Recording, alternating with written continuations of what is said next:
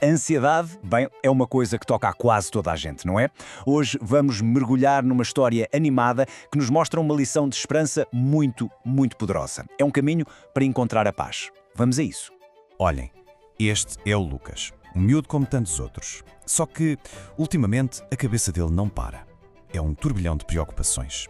E a pergunta que mais lhe martela na cabeça, especialmente antes de um teste importante, é esta: e se eu falhar?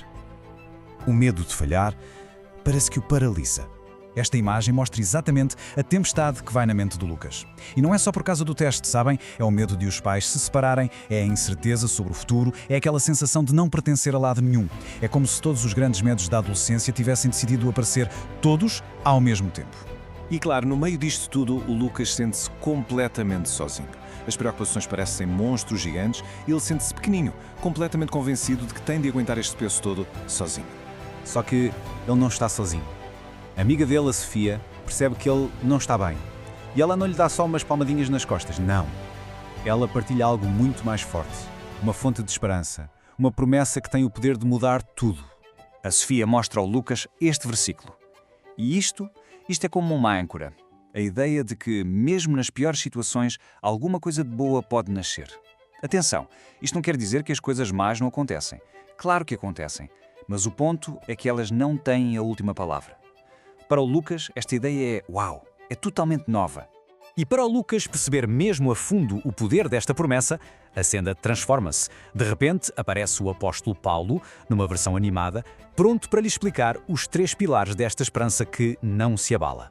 O Paulo, com aquela sabedoria toda, põe as ideias em ordem.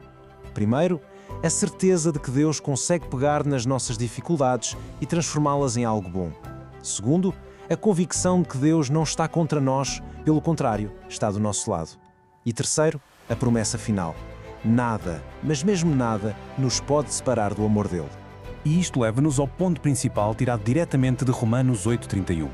Pensem nisto, se a força mais poderosa do universo está do nosso lado, a lutar connosco, que poder é que os nossos medos têm, na verdade?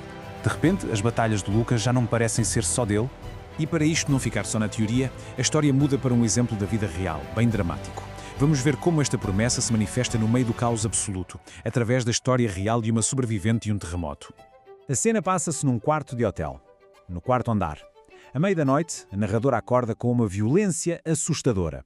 O candeeiro da mesinha de cabeceira abana de um lado para o outro. Tudo treme. O medo é total. Imagine o pânico absoluto. Ela olha para o teto escuro, à espera que tudo lhe caia em cima, o coração a mil, e no meio desse desespero todo, a única coisa que consegue fazer é clamar um nome: Jesus. E a mudança é instantânea. Em resposta àquele grito, o terror desaparece e dá lugar a uma paz que não se explica. Ela descreve a sensação de estar completamente envolvida em amor, como se estivesse segura nos braços de Deus. Naquele momento, ali à beira da morte, sentiu que ia ficar tudo bem. E agora voltamos ao Lucas. Ele ouviu as palavras do Paulo e a história impressionante do terremoto. E alguma coisa dentro dele começa a mudar. As peças do puzzle começam a encaixar. A tempestade de ansiedade na mente dele começa, finalmente, a acalmar. Aos poucos, ele percebe que, tal como a mulher no terremoto, ele também não está sozinho na sua tempestade pessoal. Uma luz suave começa a aparecer por entre as nuvens escuras do medo. E fica esta pergunta no ar, para o Lucas e para todos nós. Se acreditamos que Deus transforma o mal em bem e que está sempre, sempre do nosso lado, o que é que sobra para ter medo? Que poder real é que o medo ainda tem? A resposta a isto é libertadora. E aqui está ela, a resposta final. A promessa que cobre tudo.